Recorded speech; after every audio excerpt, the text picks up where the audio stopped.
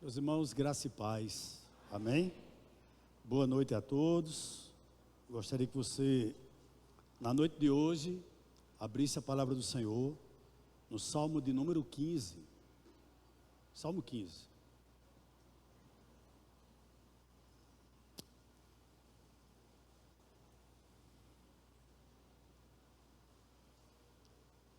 Você encontrar, por gentileza. Os irmãos lá atrás estão me escutando, então? Bota aí R$2 de som lá atrás para a gente melhorar, irmãos. Amém? Melhorou um pouquinho? Muito pouco, R$2,50. Amém. Melhorou?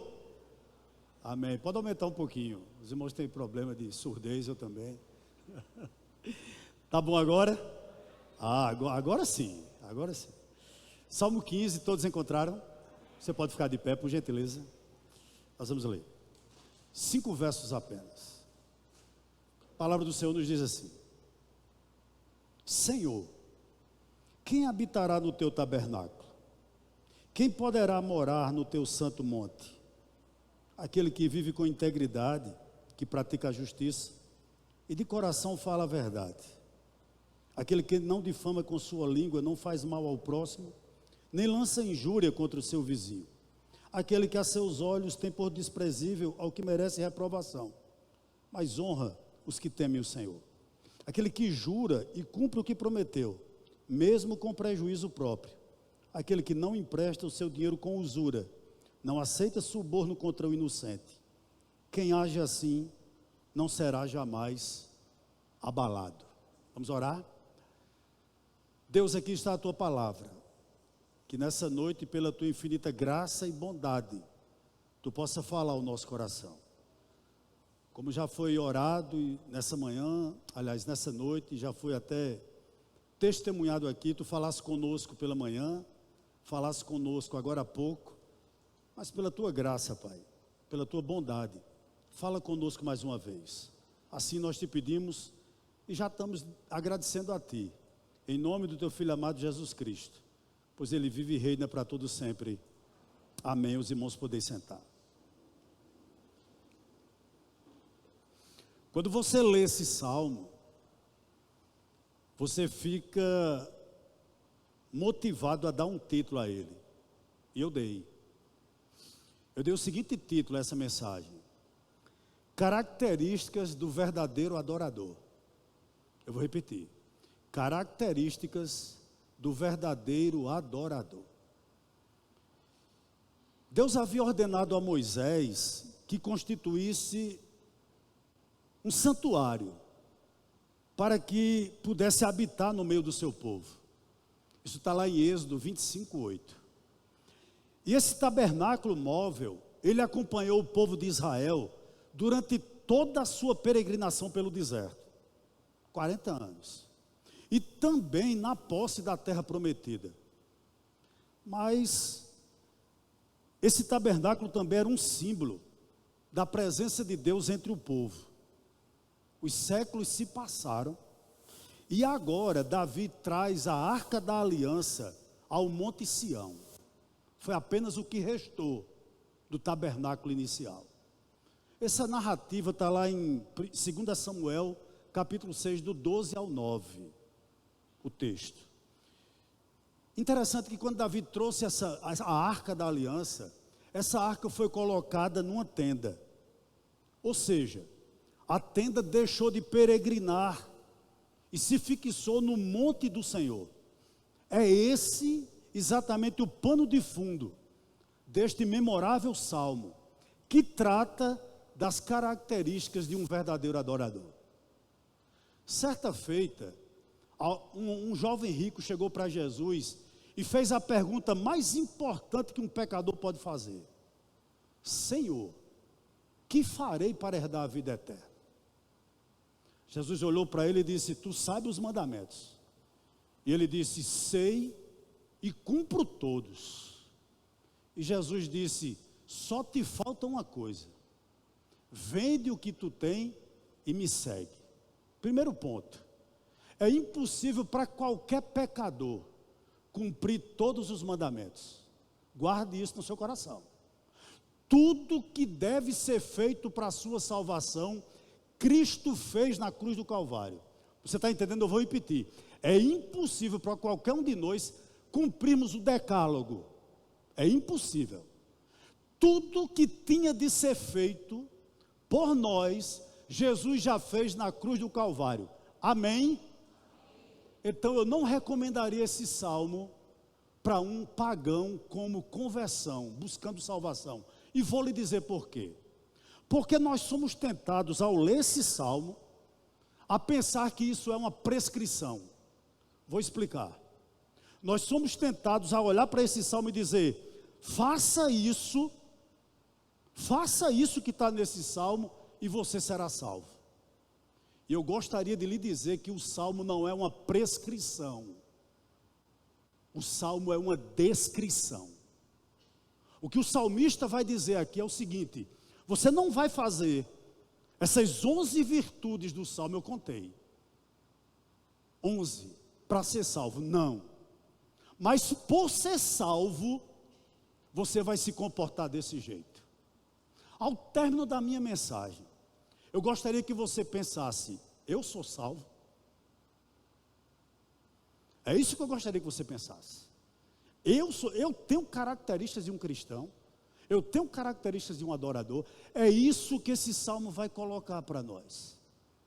Antes de nós entrarmos no texto, algumas informações importantes.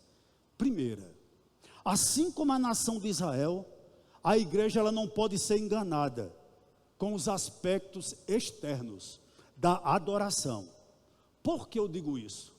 Porque antes de Deus aceitar a adoração, Ele precisa aceitar o adorador. E é sobre isso que Davi, que é o autor desse salmo, vai tratar nessa noite. Segunda observação importante à luz desse salmo: certamente esse salmo não está tratando das condições para o homem ser salvo. Eu repito isso.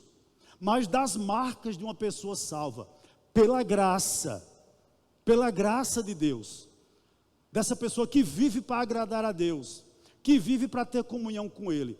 Nós sabemos, irmãos, demais, eu sei que você sabe, ninguém é salvo por méritos próprios, nós somos salvos pela graça, mediante a fé.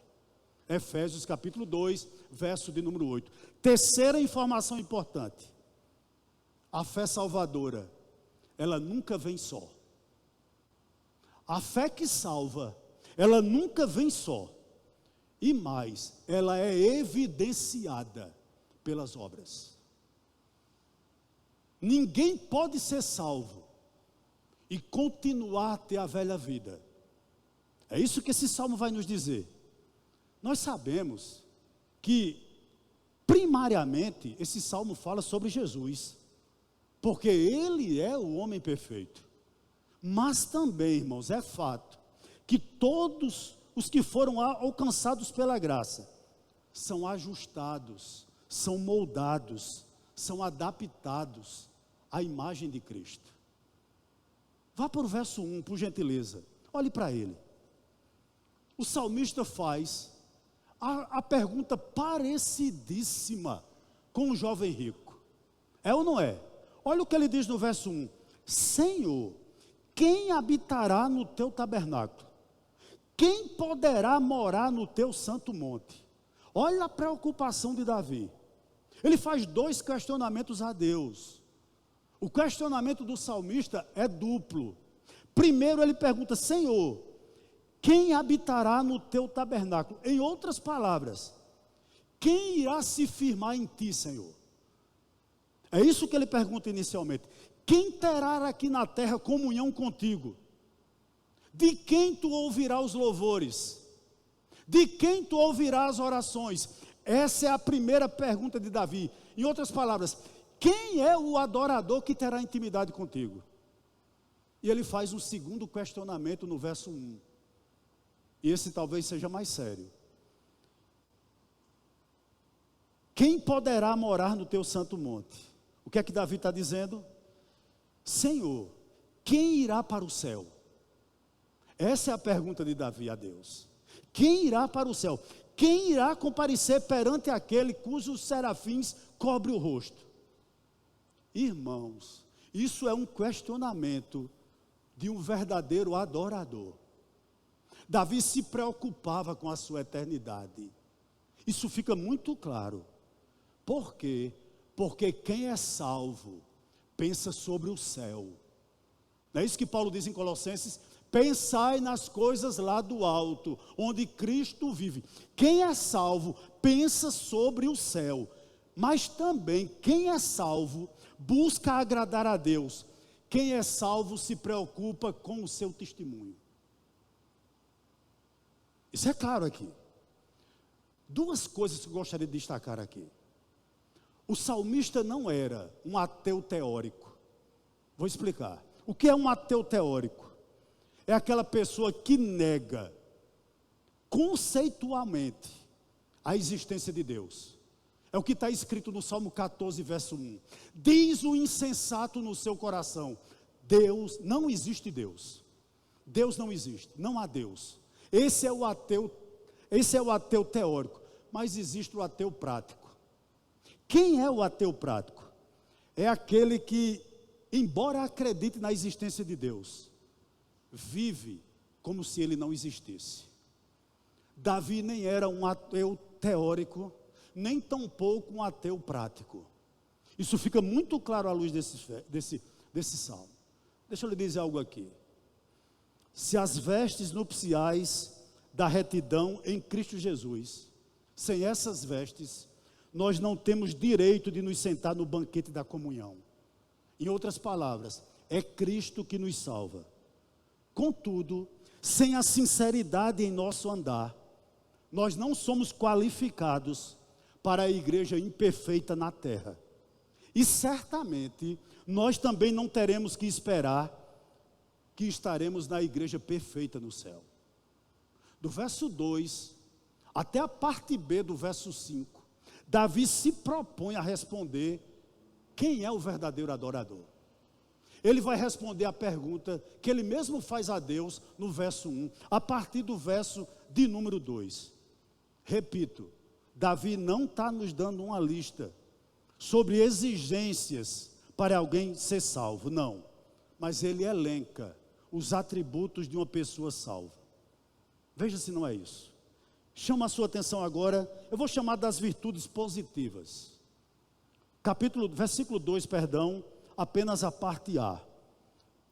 Quem poderá morar no teu santo monte? Davi começa a responder no verso 2, a parte A do verso 2. Aquele que vive com integridade. É uma virtude positiva. Interessante, queridos. Essa palavra aqui é a mesma palavra que Deus usou para Abraão, em Gênesis 17, 1.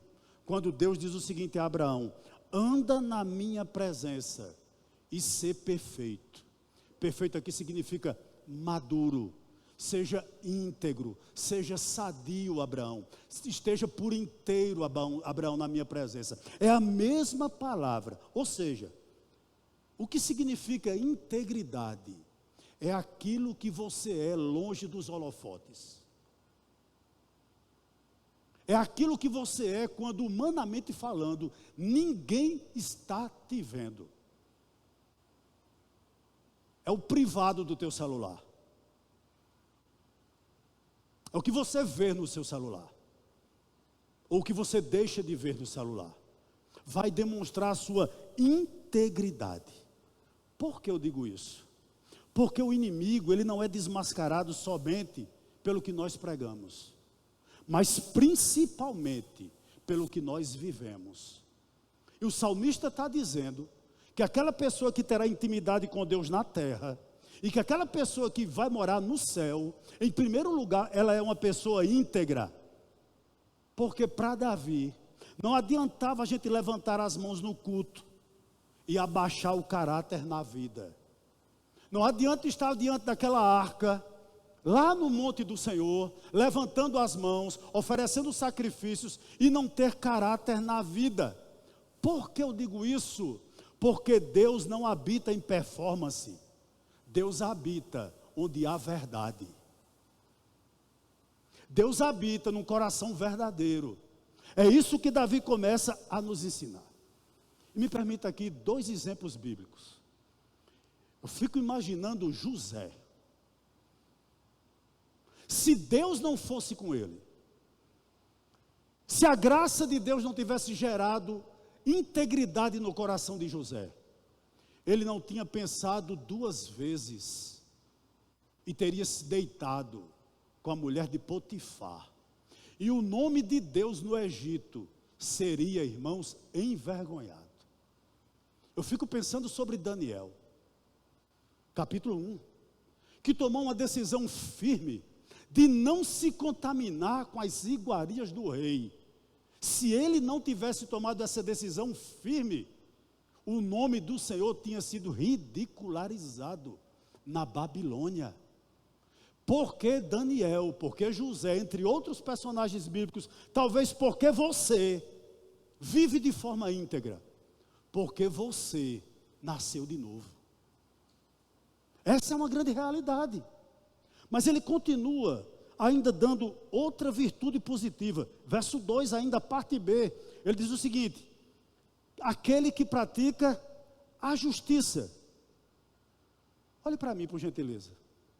O que esperar de um salvo? O que você espera de um adorador? Sinceramente, o que você espera de uma pessoa convertida? Você não espera que essa pessoa apenas conheça a justiça. Você não espera que essa pessoa fale sobre a justiça. Você não espera simplesmente que essa pessoa ame e aprove a justiça. Mas você espera dessa pessoa que ela execute a justiça, que ela viva a justiça. E aqui Davi não está falando da justificação pela fé. Não, não, não. Aqui ele está falando, irmãos, de algo interessante. De algo muito interessante que eu vou dizer aqui a você daqui a um pouquinho. Justiça aqui fala do nosso correto relacionamento com o próximo. É você conceder ao outro o que lhe é devido. É isso que está falando aqui. É demonstrar confiabilidade no trato com as pessoas. Eu vou exemplificar aqui. É você ser um pai e uma mãe que serve de exemplo para os filhos. Isso é viver com justiça. É você ser um cônjuge que exala confiabilidade. Você pode sair de casa tranquilo, porque sua mulher vai ficar tranquila, porque ela sabe que você é alguém que pratica a justiça. Isso é praticar a justiça. É ser um filho obediente. Isso é prática da justiça. Por que eu digo isso? Porque onde há frutos, sem que se veja a raiz, indica a certeza de que a raiz existe. Você não precisa dizer para todo mundo que você é crente. A sua integridade, a sua justiça vai dizer isso para eles. Você não precisa tirar a carteira do bolso, embora não tenha nem prata nem ouro, mas tem uma pela fé, uma credencial de pastor. Eu não preciso estar mostrando isso a todo mundo, irmãos. Eu não preciso estar dizendo, eu sou pastor. Não. As pessoas têm que ver em mim integridade. As pessoas têm que ver em você integridade e justiça. Você trata os outros, irmãos, com respeito. Por quê? Porque você nasceu bom? Não. Porque você viu os méritos de Cristo, o sangue de Cristo sendo derramado por você, e isso lhe atingiu. Onde há fruto, não precisa ver raiz, porque ele se demonstra, ele se deixa ver. Vamos adiante, ainda falando das virtudes positivas, o finalzinho do verso 2, parte C, de coração, fala a verdade. Interessante. Esse verso aqui, ele não é um convite para você ser indelicado, para você ser uma pessoa grossa, para você ser uma pessoa sem limite no trato com as demais, de maneira alguma. Mas eu gostaria de lhe dizer algo aqui. Não basta apenas a gente expressar com a boca a verdade. É necessária a gente tê-la no coração. É isso que Davi está nos dizendo aqui. Em outras palavras, não só nossas palavras, mas os nossos pensamentos, os nossos sentimentos, eles precisam ser santificados. Sabe por quê? Porque Deus os conhece. Deus os conhece. Eu gostaria de lembrar a você, meu querido irmão. Gostaria de lhe lembrar uma coisa. A mentira tem um pai. A mentira tem um pai. É a única coisa que o diabo tem a paternidade. É a mentira. A mentira é filha do diabo. A mentira, ela tem um pai. Porém, a verdade, ela é filha de Deus. E o salmista está dizendo aqui que aquele que vai morar no céu é uma pessoa que fala a verdade. Ou seja, o adorador, ele é totalmente oposto ao ímpio. Porque, repito, o ímpio diz no seu coração, como diz no Salmo 14, verso 1, não há Deus. Mas o adorador diz, Deus existe sim, e Ele está comigo. E Ele está comigo. Que coisa maravilhosa. Sabe o que eu estou querendo dizer aqui a você? Que o adorador, ele tem o seu coração, no seu íntimo, como santuário e refúgio da verdade, mesmo que essa verdade seja banida do mundo, mesmo que essa verdade seja expulsa pelos homens, mas a verdade está no coração do cristão. Ele tem marcos, ele tem princípios. É isso que o salmista está querendo dizer. Ele não trata os outros como um ímpio, ele não namora como um mundano, ele não cria filhos como um mundano, de maneira alguma. Ele não trabalha como um ímpio, não, ele é diferente. Existe diferença entre um salvo, e existe diferença gritante entre um não salvo. É isso que Davi está querendo dizer. Por quê, queridos? Por que você tem que ter a verdade no seu coração? Porque as verdades, elas são como as rosas. O que é que eu estou querendo dizer aqui? A verdade muitas vezes tem espinho, mas os adoradores as usam no peito. Às vezes falar a verdade machuca, traz muitas vezes prejuízo para você, quando você é verdadeiro. Mas embora tudo isso seja verdade, você tem que mantê-la no seu coração. Tem que mantê-la no seu coração. Seja verdadeiro. Seja verdadeiro, porque o seu pai é verdadeiro. O seu pai é verdadeiro. Verso de número 4. Vá para ele. Diz o seguinte, o verso 4. Daqui a pouco a gente volta para o verso 3.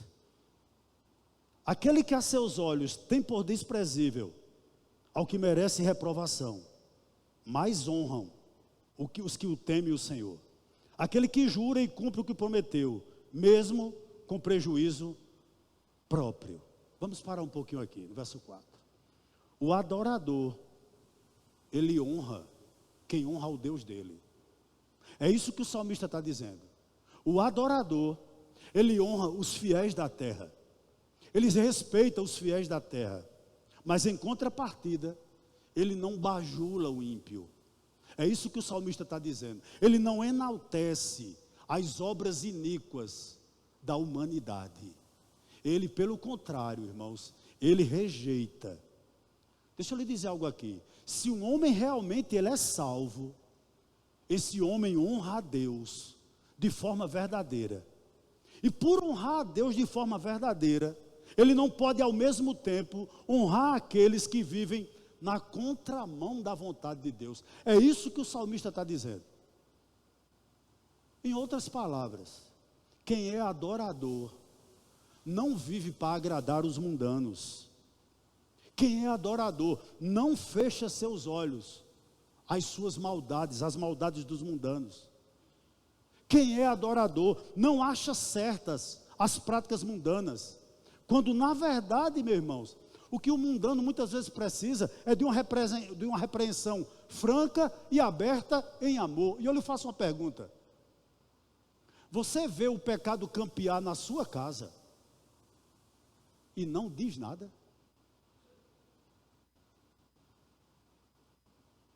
Você se diz cristão E o pecado, irmãos, bagunça a sua casa, cria trono dentro de sua casa, e você está lá compartilhando da mesma coisa. Mas é meu pai, problema dele, importa agradar a Deus do que aos homens. Mas é meu filho, a casa é sua, meu querido, o líder é você, meu querido. Coloque limites, honre aquele que lhe chamou, seja fiel a ele, porque nós devemos honrar quem teme ao nosso Deus. É isso que o salmista está nos dizendo. Deixa eu lhe dar um exemplo aqui. Imagine se Mardoqueu tivesse se prostrado diante do perverso Amã. Ele não se prostrou. Lembre-se de Sadraque, lembre-se de Mesaque, lembre-se de Abidinego.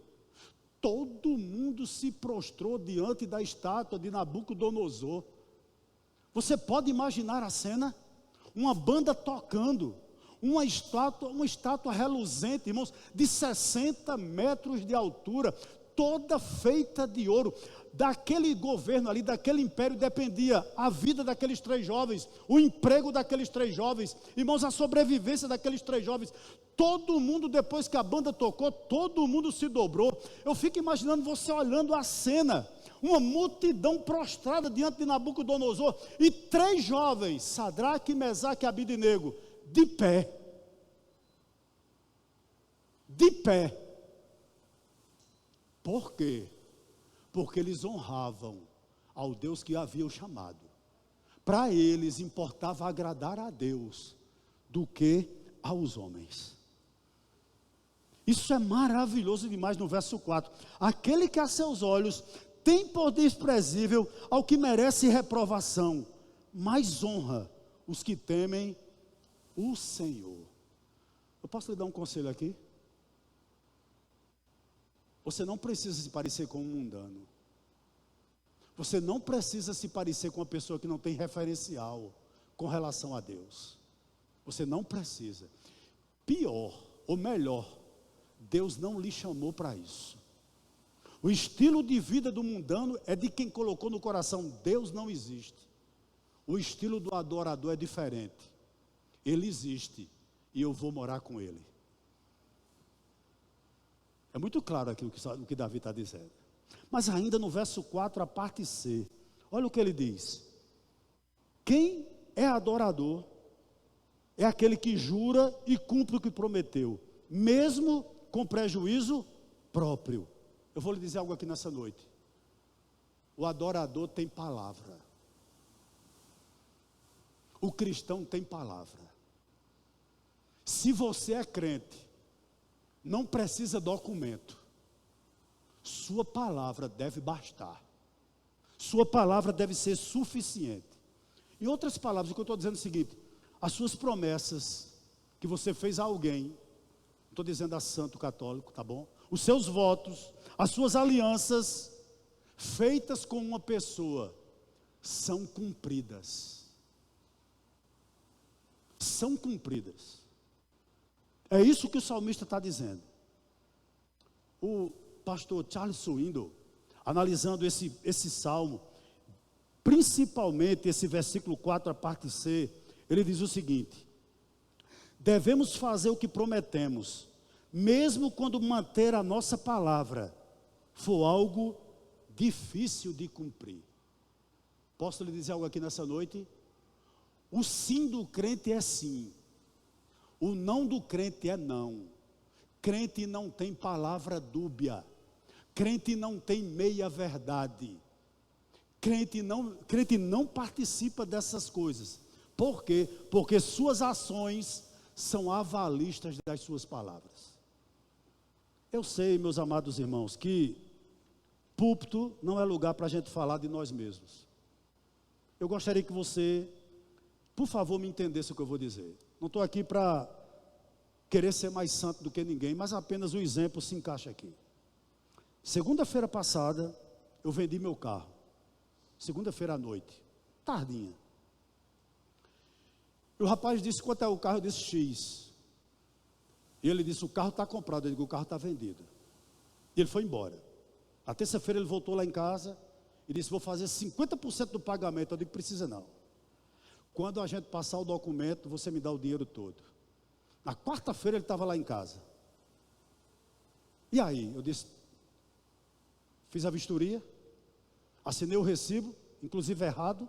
Ao invés de ensinar no do vendedor, assinei do comprador, né? Aí tive que refazer outras questões lá no Detran. E eu disse: o carro está vendido. E ele ficou duvidando. Eu disse: deixa eu dizer uma coisa aqui a você, querido. Durma tranquilo. Eu só tenho uma palavra. Eu só tenho uma palavra. Porque eu vendi barato o carro. Ele enlouqueceu quando viu o carro, né? Resultado da história: quinta-feira ele se quebrou. O ímpio muitas vezes não tem palavra. Mas o cristão, quando ele diz sim, é sim. Você vai para onde? Vou para tal lugar você está lá. Quando você diz não, é não. Embora isso traga prejuízo para você, mas sua palavra deve ser honrada. Você está lembrado que lá naquele dia, diante de Deus e diante de uma autoridade eclesiástica, você disse para sua mulher que até a morte o separe? Você disse a seu marido: até que a morte o separe? Você é crente? Permaneça. É até a morte separar vocês. É assim. Esse é o verdadeiro, esse é a pessoa que vai morar no céu. E não me vê, irmãos, com subterfúgios. Está aqui o salmista dizendo isso para nós. Mas vamos um pouquinho adiante. E agora, a partir de agora, Davi vai falar sobre as virtudes negativas do adorador. Ou seja, vou explicar. Depois dele elencar o que um adorador faz, quem vai morar no céu faz, agora o salmista menciona o que aquela pessoa que vai morar no céu não faz. O que é que um convertido não faz? Vamos pensar um pouquinho. Vá para o verso 3. Parte A. Aquele que não difama com sua língua. Aquele que não difama com sua língua. Deixa eu lhe dizer uma verdade aqui. Fazer uma pergunta, na verdade. Para você, o que é um difamador? O que é um difamador? Eu vou definir para você aqui. É qualquer pessoa que fala mal do seu próximo, principalmente na sua ausência. Davi está dizendo aqui, de uma forma muito clara: quem procede assim, nunca foi salvo. Nunca foi salvo. Vamos um pouquinho adiante aqui. Sabe o que significa a palavra difama? Difama, não estou falando do verbo, estou falando da palavra. O que significa a palavra difama? É ir em derredor. É ir em derredor para espiar as coisas e divulgá-las. É aquela pessoa que fica atrás de notícias, principalmente maus notícias, até criadas por ela mesma. Não sabe nem se é verdade, mas começa a divulgá-las. Isso é o difamador. O que é que eu aprendo aqui? Por que o difamador não vai para o céu? Vou lhe dizer. Porque o difamador, ele tem veneno na língua. O difamador, queridos irmãos, o difamador, ele tem fogo em seus lábios. Além dele ter veneno na língua, ele ter fogo em seus lábios, eu digo um pouquinho mais: ele tem o diabo como seu patrono. Ele tem o diabo como seu patrono. Quem rege, quem governa a vida de um difamador, não é Deus. Não é Deus. Pode estar na igreja há 150 anos. Pode estar diante da arca, Davi está dizendo isso. Pode levantar as mãos diante da arca do Senhor. Se é um difamador, não vai para o céu. Veja que coisa séria Davi está nos dizendo aqui. Sabe por que Davi está dizendo isso? Porque a língua, irmão, de muitas pessoas morde mais do que os dentes. A língua de muitas pessoas morde mais do que os seus próprios dentes. E a língua de um difamador ela não é de aço, é verdade, mas ela corta. E como corta? E as feridas são muito difíceis de cicatrizar.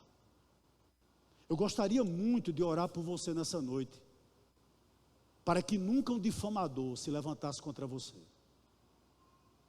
Porque as feridas que ele faz, sabe, é muito pior do que a ferida de um punhal. Demora muito mais a cicatrizar do que a ferida de um punhal. Sabe por quê, irmãos? Porque quem está por trás dessa pessoa é o próprio inimigo das nossas almas. É isso que Davi está nos dizendo aqui. Para ele, não difamar, é não inventar ou passar adiante histórias que são injuriosas e denigrem a reputação de outra pessoa. Eu sinceramente falando, queridos, eu não sei se há alguém aqui, mas eu gostaria que você refletisse sobre você. Será que você se encaixa aqui? E eu lhe peço, como pastor dessa igreja, abandone esse hábito.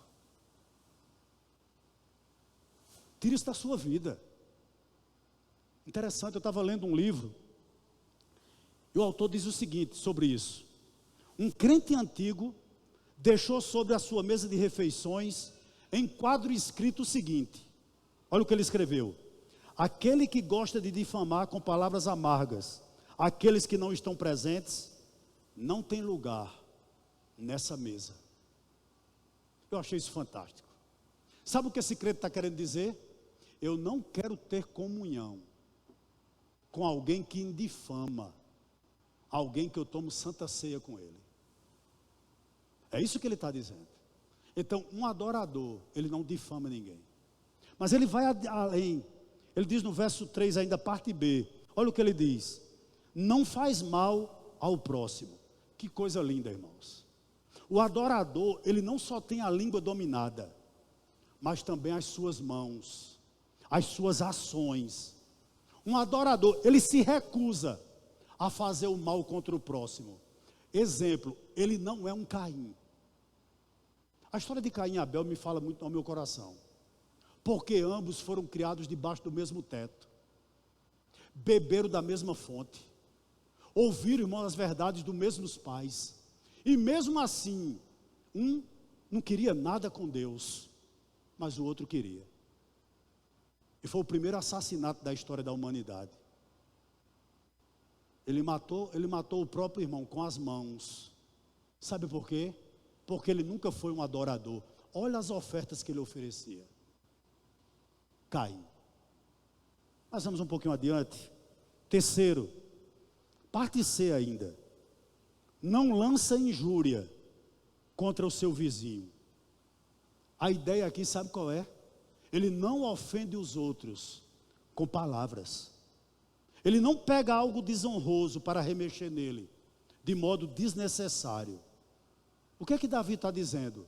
Que aquele que é verdadeiro adorador, ele não adiciona vergonha à desgraça do próximo, de maneira alguma. De maneira alguma. Irmãos, presta atenção aqui por gentileza. Você já viu o quão tem sido roubado fios de cobre em Campina Grande? É um absurdo, né? Vez por outra nós ficamos sem energia, sem internet. São os ladrões tirando o fio, né? E indo vender em algum lugar. Agora eu fiquei pensando aqui, por que esse comércio existe? Porque existe um ladrão e existe um receptor. Sim ou não? Com certeza. O que é que isso tem a ver com o que eu estou pregando aqui? Algo muito simples. Se não houvesse pessoas que gostassem de ouvir fofoca, haveria um freio no comércio de espalhá-las. Preste atenção no que eu vou dizer aqui. O fofoqueiro, ele é dominado, a sua língua é dominada pelo diabo. E o ouvinte tem o ouvido dominado pelo nosso adversário. só existe injúrias, só existe difamação, porque tem quem leve e tem quem escute. Interessante, essas pessoas, como diz o pastor Jamerson, nunca viram a cruz ensanguentada. Nunca viram a cruz ensanguentada. Sabe o que eu estou querendo dizer aqui? Nós teremos muitas surpresas no céu. Muitas pessoas que você jurariam que estariam lá, estarão lá, não vão estar. E pessoas que você pensava que não vão estar lá, vão estar. Vão estar. Sabe? À luz desse texto, irmãos, eu fiquei dizendo o seguinte: Senhor, tem misericórdia de mim. E me ajuda, Senhor, a olhar cada dia mais para Ti. E lá eu gostaria de chamar a sua atenção aqui, para o verso 5, a parte A e B. E nós já estamos partindo para o final. Você é adorador? Olha o que diz a parte A e B. O adorador, ele não empresta o seu dinheiro com usura, nem aceita suborno contra o inocente. Vem cá. O mundo diz que todo homem tem um preço. Eu gostaria de lhe dizer o seguinte: o adorador não tem. O adorador, ele não vende a sua consciência. O adorador não vende o seu caráter. O adorador não vende a sua reputação. Eu vou dizer algo aqui, irmãos, aos nossos preciosos jovens que estão aqui nessa noite, aos jovens que eu pastoreio, juntamente com o pastor James. Se qualquer namorado que você tem quer avançar sinal com você, acaba esse namoro. Nunca nasceu de novo esse camarada. Põe um ponto final hoje. Quando ele se converter, não dê oportunidade não. Passe 3 anos para ver se você quiser voltar para ele. Eu não voltaria. Essa é a grande realidade. Essa é a grande realidade. Nós não temos um preço. O preço já foi pago pela minha salvação, pela sua salvação também. O adorador, ele não aceita suborno. E mais, ele não empresta o seu dinheiro com usura. Infelizmente, irmãos, eu vejo isso com dó no meu coração. Há muitas pessoas querendo levar vantagem em tudo. E quando fala em dinheiro, parece que a gente deixa Deus no domingo aqui à noite. E quando a gente sai por essas portas, o Espírito Santo fica aqui, ó. E a gente está fazendo todo tipo de negócio. O que o salmista está dizendo aqui é o seguinte: o adorador, ele não é motivado por avareza, sabe? Ele não tem um preço, ele não vive para explorar o outro, pelo contrário, ele ajuda. Ele não quer levar vantagem em cima das pessoas, ele ajuda. Posso fazer uma pergunta aqui para a gente já ir para a conclusão? Você é essa pessoa? Veja bem, repito, eu não estou dizendo que você precisa fazer isso para ser salvo. Não. Salvação é pela graça mediante a fé. Mas se essa graça lhe alcançou, você vive assim. É esse seu estilo de vida, salvo. É isso que Davi está nos dizendo aqui.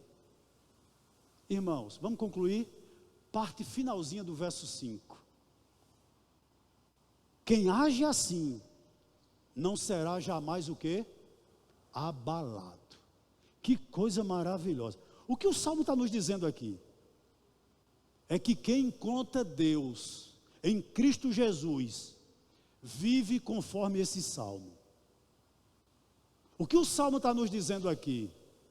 Quem deseja Deus, quem deseja estar com Ele, se destaca dos demais. É diferente. Por quê? Deixa eu lhe dizer algo aqui. Por que um crente é diferente? Eu vou lhe dar um exemplo aqui, irmãos. Porque aquilo que nós amamos tem o poder de moldar a nossa vida, tem o poder de nos controlar, tem o poder de transformar a gente. Vou lhe dar um exemplo. Um alcoólatra. Por que o alcoólatra vive da maneira que vive? O alcoolismo molda ele. O alcoolismo o transforma. Mas por que o transforma? Porque ele ama o alcoolismo. Ele adora o alcoolismo. E aquilo que nós amamos tem o poder de nos transformar. Aquilo que nos controla nos transforma, seja para o bem ou seja para o mal. O que é que o salmista está dizendo aqui? Quem deseja viver conforme a vontade de Deus, deixa eu lhe dizer algo aqui. Ama. Presta atenção, o salmo em nenhum momento aqui falou sobre redenção. Falou sobre expiação. Não falou. O salmo só falou durante todos os 5 versos, basicamente os 4 finais, do 2 ao 5. Ele só falou em relacionamento seu com o seu próximo. Foi ou não foi? Porque para o salmista, quem é salvo, ama. Eu gostaria, por gentileza aí, Lucas, 1 João, capítulo 3, verso 10.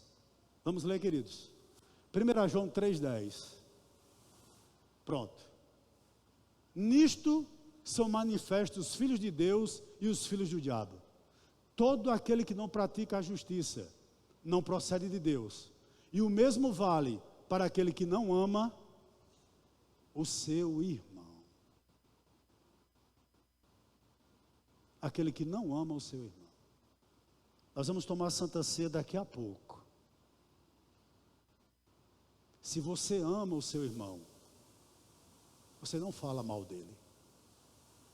Se você ama o seu irmão, você não leva vantagem sobre ele. Se você ama o seu irmão, você não o leva a pecar. É isso que o Salmo está nos dizendo aqui. Quem é salvo se relaciona de forma honesta e amável com o seu próximo. Responda para você mesmo nessa noite. Você é uma pessoa confiável? Responda para você mesmo aí. Você é uma pessoa confiável?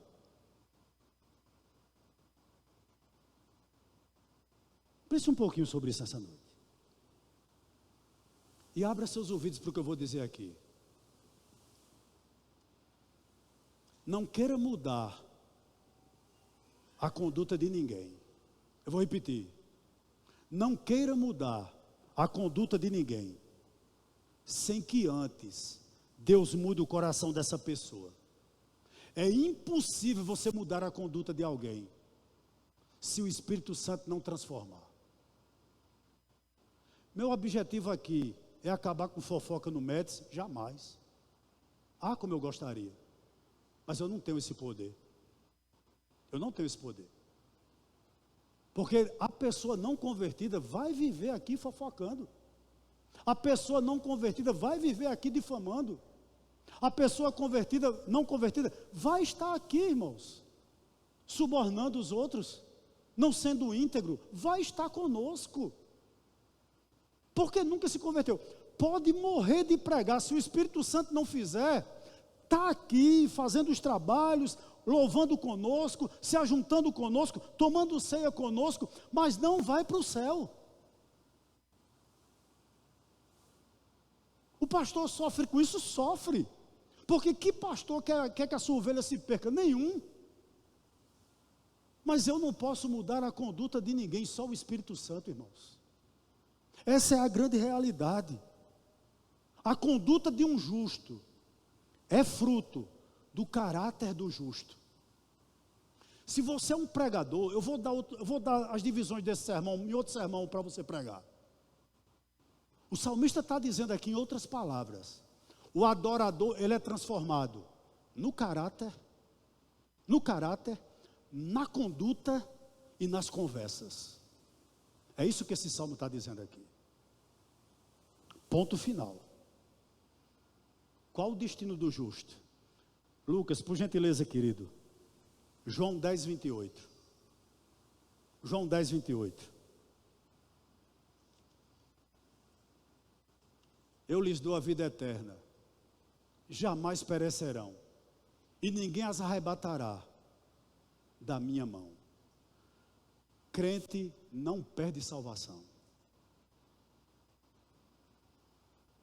crente vive assim, como eu falei nessa noite. Ele não vai fazer isso para ser salvo. Ele faz isso porque ele é salvo. Essa é a grande realidade. É como você ir a um pé de goiaba e esperar que tenha pera. Não vai ter goiaba. Se você chega na vida de um crente, essas coisas exalam dele. Exalam, flui naturalmente. Ele não precisa se esforçar para fazer.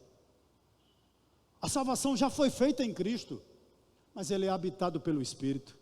E olha uma coisa, quem é habitado pelo Espírito Santo, nessa relação, Deus, aliás, o homem e o Espírito Santo, quem manda, irmãos, é o Espírito Santo. E ponto final. Deixa eu lhe fazer uma pergunta aqui nessa noite. Que mundo nós estamos inseridos? Onde o justo não é diferenciado do ímpio. Onde o justo não é diferenciado do ímpio. Que mundo é esse, irmãos? O Salmo está dizendo que o justo se destaca em caráter, em conduta, mas também nas suas conversas. Se você me perguntasse, pastor, o que fazer para ser salvo? Eu tenho uma resposta para você. Creia no Senhor Jesus Cristo. Arrependa-se dos seus pecados e sigam. E sigam. Mas se você me perguntasse, pastor, me dê um texto como teste, se eu nasci de novo, eu diria, leia o Salmo de número 15. Eu termino com as palavras de Tomás de Aquino, um grande teólogo. Perguntaram a ele sobre o seguinte: quais as 3 coisas necessárias para a salvação? Ele respondeu: saber o que se deve crer, saber o que desejar, saber como se deve viver.